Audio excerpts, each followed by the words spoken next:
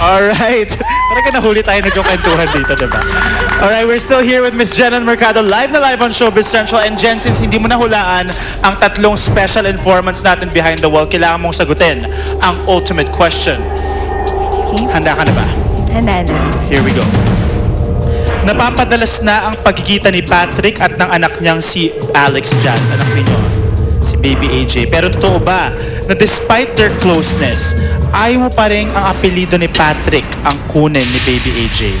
Totoo ba yon? Well, about that issue, hindi pa namin napag-uusapang dalawa ni Pat. Pero I think kailangan naming mag-sit down and talk about it. Kailangan namin talaga mapag-usapan. Pero now that you guys are friends, do you think it would be okay? Tingnan natin. Kasi kailangan pa rin naman namin mag-usap talaga. Hindi pa talaga kami nakakapag-usap ng... Na kayong dalawa kami lang dalawa Okay. at formal. Hindi pa kami nakakapag-usap ng gano'n. When do you plan to do this sit-down meeting one-on-one with Patrick? Well, hindi pa rin talaga namin mag-uusapan. Pero siguro pagdating nung time na yon, malalaman nyo rin naman yun. Siguro at this point, you just wanna keep things civil between the two of you. And alam ko, nagiging close na rin kayo ni Mami Bing. Oo Kumusta naman naman ang relationship mo with Tita Bing? Tita Bing, okay naman po. Bumalik na ulit yung dati. Yung masaya kami ulit. Tapos, pag merong mga occasion, magkakasama. Like recently, yung nandun si Jazz sa hospital. Nandun siya, pupunta, tapos magkakwentuhan kami, ganun. Okay na ulit. Do you also get to be around Cheska Garcia now? Of course, The sister, yes. Okay. Kayo, Mami Bing. Can I talk to Mami Bing? Mami Bing? Yeah. Ayun, may microphone. Okay. Yes. Mami Bing, how do you feel na everything is ironed out between your family and Jenilyn? Siyempre, masaya ako. Mas masaya ako para sa mga bata. At siyempre, para kay Jen, dahil kasi, di ba, maganda sa dalhin sa buhay yung wala kang masyadong inaalala o iniintinding mga problema. Yes. At siguro alam na naman ni Jen yan na ever since before, talagang hindi ako nakikialam, hands off ako. Pag nilalapitan ako, tsaka hingan ako ng 2 cents sa doon lang ako nagbibigay ng payo o nagbibigay ng kung ano yung nasa isip ko. Pero yun, hindi yung sapilitan. Ibig sabihin, kunin kung kukuhanin. Kung ayaw naman at may sariling desisyon, okay lang yun sa akin. Oo. Mami Bing, ngayon na nakikita mong peaceful na between Jenilyn and Patrick, anong nararamdaman? Na after lahat ng gulo last year, this year finally, naayos na lahat, di ba? Yes. Oo. May peace of mind na.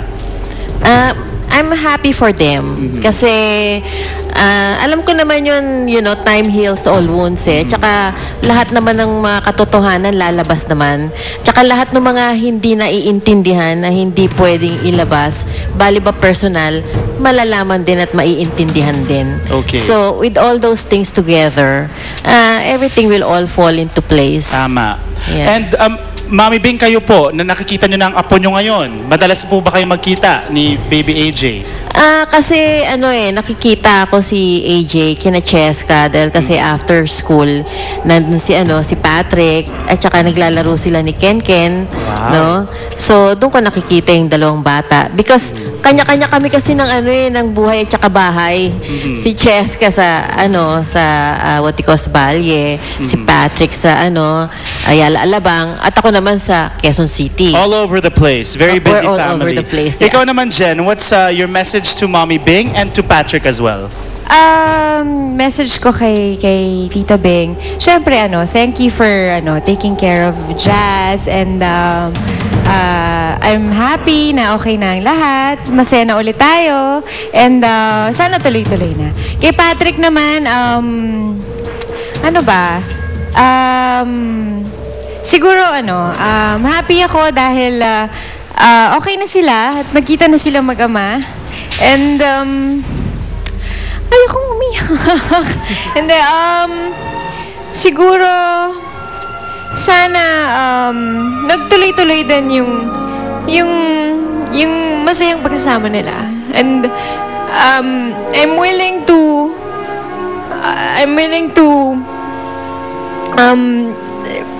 try and siguro ibibigay ko rin yung makakaya ko para maging normal din yung paglaki ni Jazz. Lahat naman to ginagawa ko para sa anak ko eh. So I hope maging maayos ang lahat.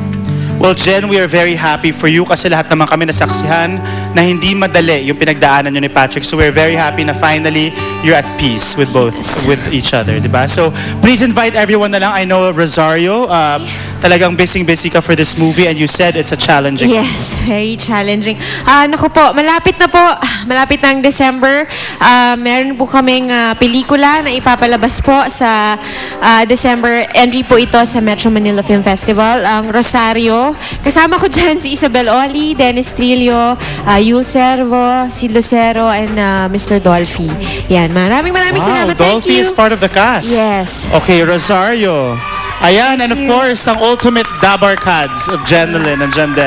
Thank you so much, Thank Jen, and you. thank you to our 3 special informants for being here. At up next na po, Heart Evangelista at Daniel Matsunaga, live na live, only here on Showbiz Central. Stick around.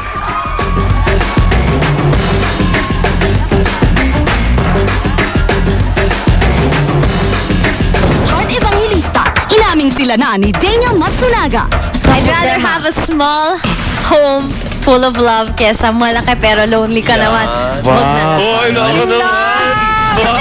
Daniel Matsunaga, ang bagong real-life showbiz couple, live na live ngayong hapon. At ang kasalang ikinagulat niyo noon, nagwakas na? Raymond Bagaching, nandito, live na live, susunod na!